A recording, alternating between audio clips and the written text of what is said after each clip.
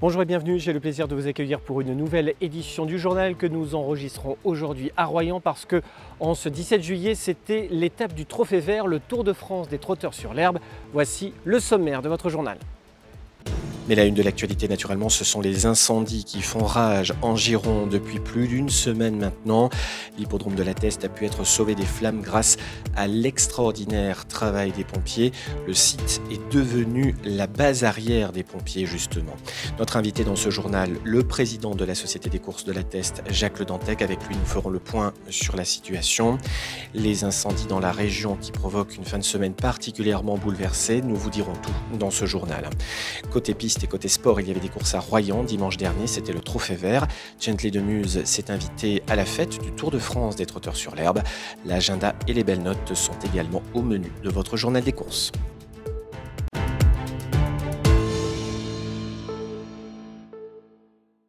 Voilà 7 jours maintenant que les incendies font rage dans le sud-ouest. Les flammes se sont rapprochées fortement de l'hippodrome de la Teste la semaine dernière, mais grâce à l'extraordinaire travail des pompiers, le site a pu être sauvé des flammes. L'hippodrome est même devenu entre-temps la base arrière des pompiers. Le centre d'entraînement, quant à lui, où 400 chevaux s'entraînent quotidiennement, a été évacué ce lundi 18 juillet. Les hippodromes de Bordeaux, Mont-de-Marsan ou encore Langon ont accepté d'accueillir les chevaux.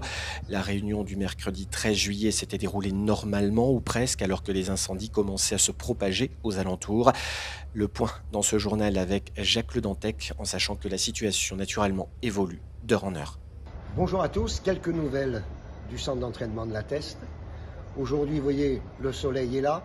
Il y a aussi un peu de sourire sur les visages, parce que nous avons la chance que cette nuit, les équipes ont bien travaillé, ont préservé l'hippodrome. Et pour l'instant, je dis bien pour l'instant, pour le moment, les paroles du sous-préfet sont très claires. Il s'agit de pour le moment, j'insiste sur cette formule, il n'y a pas de risque incendie sur l'hippodrome qui était à craindre pendant la nuit. Les chevaux sont effectivement partis, il en reste 15 sur les 387 inscrits à France Gallo. 15 qui sont là, qui ne vont pas tarder à partir, si vraiment il le faut. Les autres se sont tous dispatchés sur des hippodromes qui nous ont accueillis avec beaucoup de solidarité. Je parle de Bordeaux, je parle de Langon, je parle de Mont-de-Marsan, d'autres écuries, des écuries privées qui ont proposé leurs services, proposé des modes de transport, proposé des places. La solidarité a joué à fond. Les clubs hippiques, les écuries de propriétaires nous ont téléphoné pour nous dire « Nous allons vous accueillir, nous avons de la place ».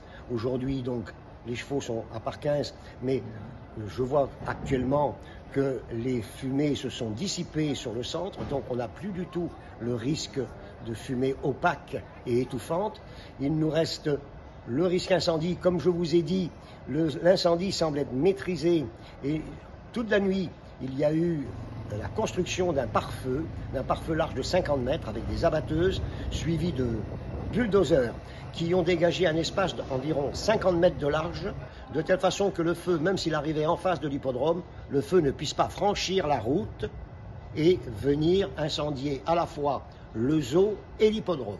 Il reste que ce sont des zones sensibles, le vent est en train de tourner, on ne peut pas trop savoir comment il va évoluer, mais pour l'instant, il y a une certaine sécurité.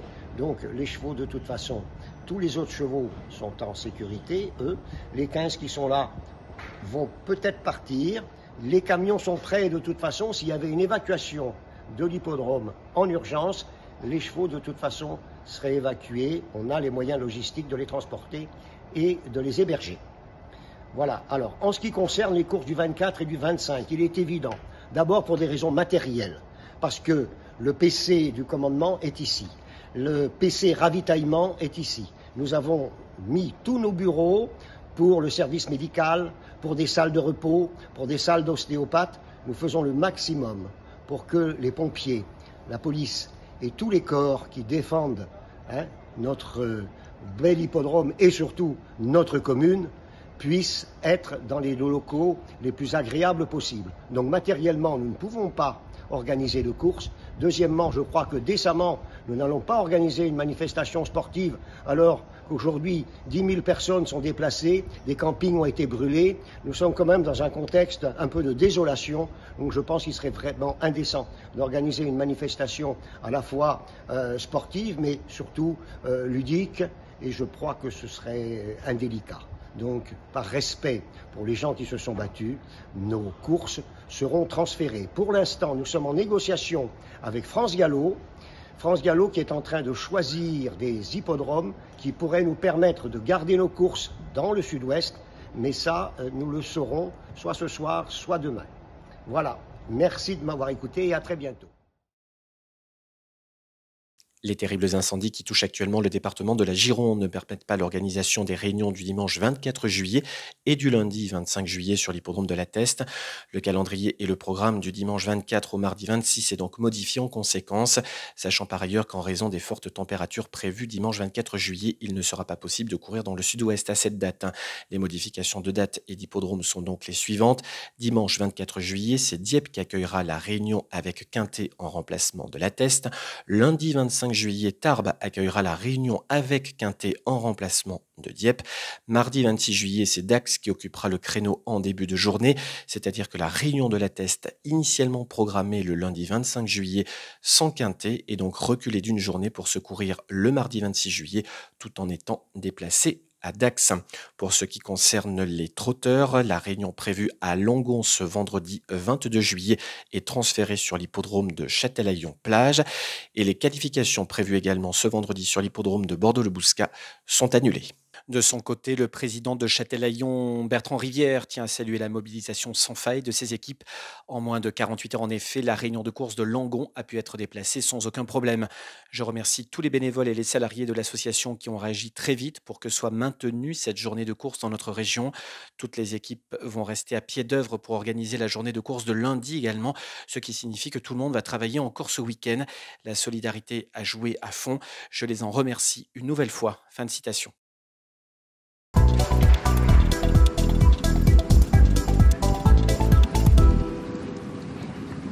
Les temps forts de la réunion de course de la Teste prévue ce dimanche 24 juillet sont donc transférés à Tarbes ce lundi 25 juillet. Ce lundi aura lieu la 38e édition du Grand Prix de la Teste qui n'a pas eu lieu en 89 et 97 pour laisser la place à l'ancien Grand Prix du Sud-Ouest couru sur le même hippodrome. Au palmarès figurent 16 mâles, 7 femelles et 14 hongres, dont 5 au cours des 6 dernières années. 4 chevaux se sont imposés à 2 reprises comme Juror, lauréat en 2000 et 2001, Blinshaft en 2009 et 2010, Almorox, mais également Bayoun en 2018 et 2019. Les top professionnels sont Jean-Claude Rouget avec 4 victoires chez les entraîneurs et Philippe Segorbe, Joris Mendizabal et Jean-Bernard Ekem avec chacun 3 succès chez les jockeys. Il est à noter que c'est Baby Turk en 85, monté par le légendaire Yves Saint-Martin et entraîné par Alain de Royer-Dupré, qui s'est imposé pour la première fois où la course fut labellisée Listed, et Barou d'honneur en 96 pour la Kazakh d'Axel Nègre et l'entraînement de Jean-François Bernard monté par Franck Blandel en selle pour la dernière appellation Listed. Retenons que Franck Blondel a aussi passé le poteau en tête 18 ans plus tard avec Frankie Four Fingers. Autre temps fort, le Critérium du Béquet, dont ce sera la 51e édition. L'épreuve est labellisée Listed depuis 1987. Si l'associé monté par Jean-Marie Vaillant pour Julien Brosset et la première lauréate de brillants 2 ans ont gravé leur nom au palmarès comme Sollicitor en 76, Canadian Gift en 78, Lacumia en 84, Cleverday en 91 et plus près de nous, Milanais en 2008 et Guararaz en 2012. Les dernières lauréats sont Akakabal en passé, Plein-Champ, Léog, Monette ou encore Ferralia. Le meilleur chrono a été réalisé en 2006 par le Lafont-Parias Iron Lips, lauréat en 1:11:52. Les principaux entraîneurs évidemment sont Jean-Claude Rouget qui s'est imposé à 11 reprises, notamment ici avec Wichita Falls en 2000 et Ferralia en 2017. Chez les jockeys, le recordman de l'épreuve est Jean-Bernard Ekem qui compte 5 succès. Des Kazakhs célèbres figurent au palmarès comme celle de Stravos Nerkos grâce à Partidol, montée par Claude Piccioni pour François Boutin en 88, de la Reine d'Angleterre par l'entremise de Sharp Prod montée par Caches Mussen et entraînée par Lord Huntington 4 fois au palmarès en 92, 93 94 et 97, notamment grâce à Vren, monté par Fernando Jovine. Un autre entraîneur britannique, Mark Prescott, figure également sur le livre d'or de l'épreuve, avec Just Eye sous la selle d'Olivier Pellier. Lundi, nous saurons qui succédera à Akakaba au palmarès. On termine avec le prix La Sorellina, une course en l'honneur d'une pouliche entraînée par Étienne Paulet qui a mis en exergue l'élevage du sud-ouest. La course a été créée au Bouscat en 1957 et se dispute à la Teste depuis 1972. Ce sera donc cette année la 51e édition, courue donc sur l'hippodrome de Tarbes. L'entraîneur figurant le plus souvent au palmarès n'est pas Jean-Claude Rouget, mais Michel Laborde avec 5 gagnants devant Alex Pantal. Il est à noter que Jean-Claude Rouget, qui domine tous les palmarès régionaux, ne figure qu'à 2 reprises dans le livre d'or en 2009, avec Rex Regina en 2014 et Visorina. Chez les jockeys, Robert Litt s'est imposé à 3 reprises. Notons les concurrents étrangers, lauréats en étant venus chercher du Black Type à la Teste, Juscala, Bellafant ou encore Courting en 2000 ou en 2004 Martha Stewart, qui succédera à Lady Day, associé à Aurélien Lemaître, entraîné par Freddy Head, 3 fois lauréat au cours des 6 dernières éditions. Réponse lundi. À la une de l'actualité, donc, le Trophée Vert qui a vu la victoire d'un cheval entraîné par Jean-Michel Bazir, son nom Gently Muse. Résumé de la course.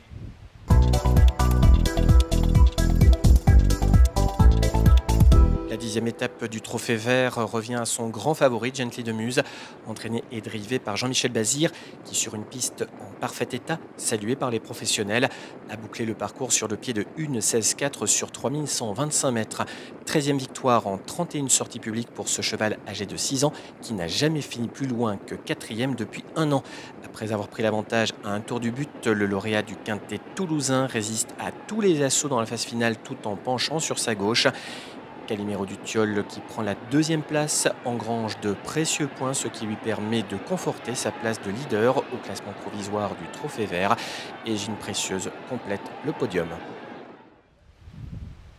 D'autres épreuves avaient lieu naturellement au cours de cette journée très ensoleillée. Résumé des principales épreuves de cette journée royannaise. Trophée Vert toujours, mais catégorie amateur cette fois. Victoire de Diva Grange-Labbé, femelle âgée de 9 ans, entraînée par Alexandre Chevrier et associée à Sébastien Pascal Blondeau, propriétaire de cette véritable Mercourage. Lors de ses 11 dernières sorties dans la catégorie driver amateur, Diva Grange-Labbé a signé 2 succès et pris 5 places. Elle devance Fantine Briouard et Dompé, 3e. Dans le Trophée Vert des apprentis craft, succès de Félicie de Marquet, entraînée par Jean-Jacques Beauce et associé à Damien Baranger. 5e victoire en 27 sorties pour cette fille de l'excellent Texas Charm. Goldwyn Santini se classe 2e avec Pierre Abrivard aux dépens de Guldewell et Valentin Huneau qui complète le podium. Voici le retour aux courses.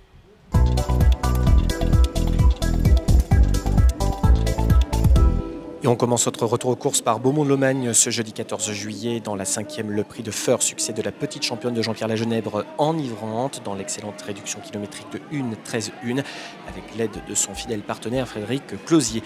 Gabriela Duhem, qui courait à domicile, est une excellente 2e devant Étienne de Chenoux qui venait de faire belle impression à Enghien.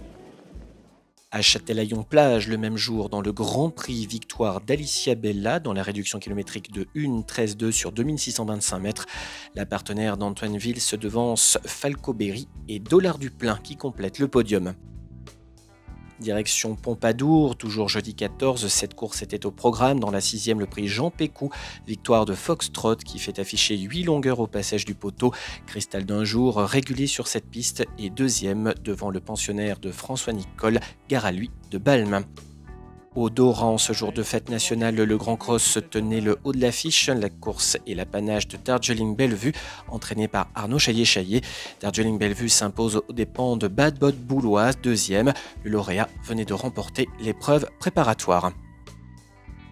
À Biarritz, ce vendredi 15, nouveau succès pour Maxime Grasset dans le souvenir Jean Toussaint Prix d'Auch, victoire de Gazelle Baudancy qui s'offre un 3e succès, le 2e de rang sur la piste Biarrotte.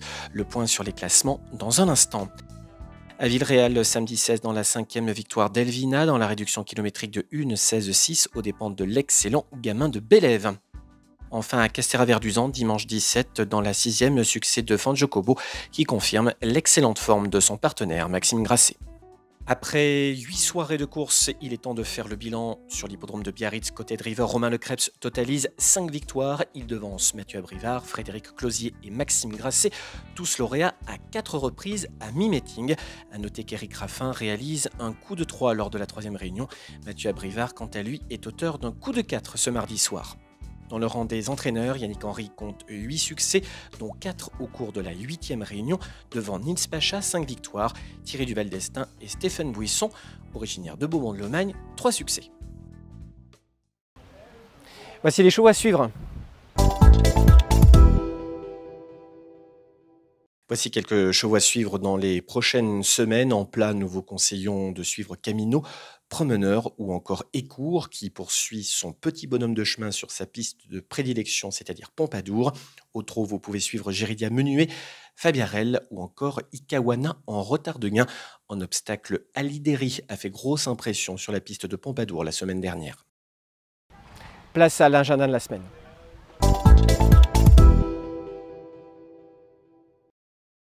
Cette semaine dans le sud-ouest, pas mal de changements en raison des incendies qui sévissent en Gironde.